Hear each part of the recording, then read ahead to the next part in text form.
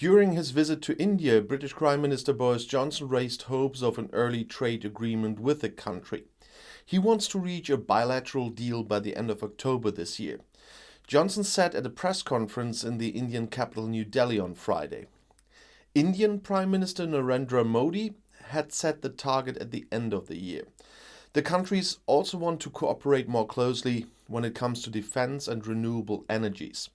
For the British PM, who is under intense pressure at home over the Partygate scandal, a trade deal with India would be an important achievement in an effort to portray Brexit as a success, if still anybody believes that.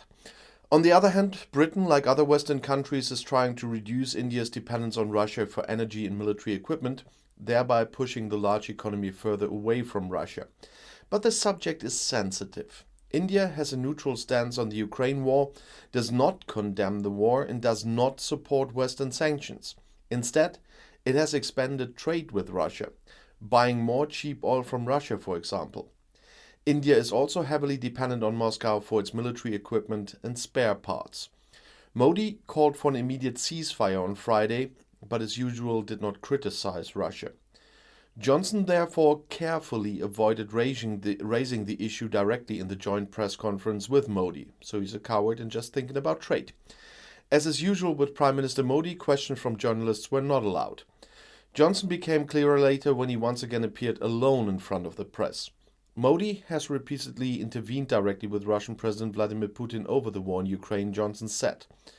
What the Indians want is peace and for the Russians to get out, Johnson said.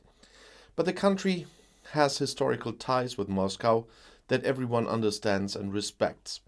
EU Commission President Ursula von der Leyen is also traveling to India at the weekend with the hope of bringing the country more in line with the West.